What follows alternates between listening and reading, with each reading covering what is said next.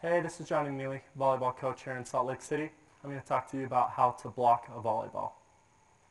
Again, one of the most important things for a blocker to do is to be ready. So ready position for a blocker, we want to make sure that the knees are bent. You want to make sure that your elbows are in, your hands are in front of your face, in between the net and your face. A blocker needs to be ready to move, either ready to move to their left, ready to move to their right. As soon as they see the setter set the ball is when they react. So the blocker is ready, in their ready position with their knees bent and the elbows in. When they block, a blocker wants to make sure that they jump straight up and straight down. We don't want to drift from one direction to the other.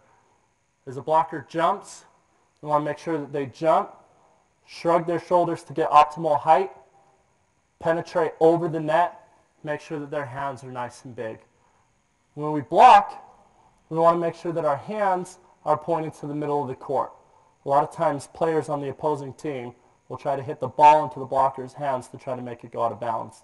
So it's important for a blocker's hands to be a little less than ball width apart, facing the middle of the court on the opposing side. If a blocker has to move one way or the other, there's different footwork patterns.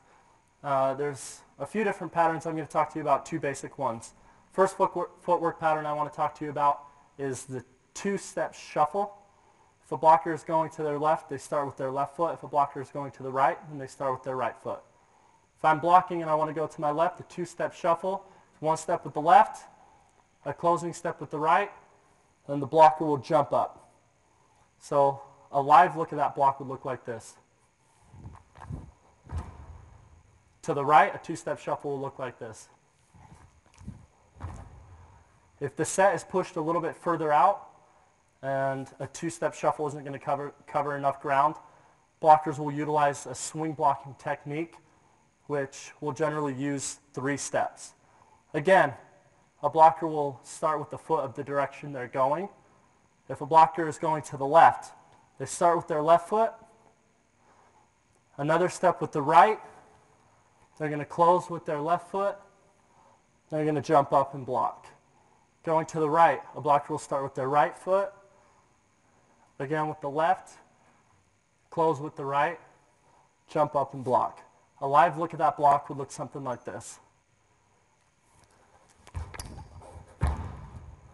To the right. Again, we don't want to drift from one way to the other because that takes out other blockers.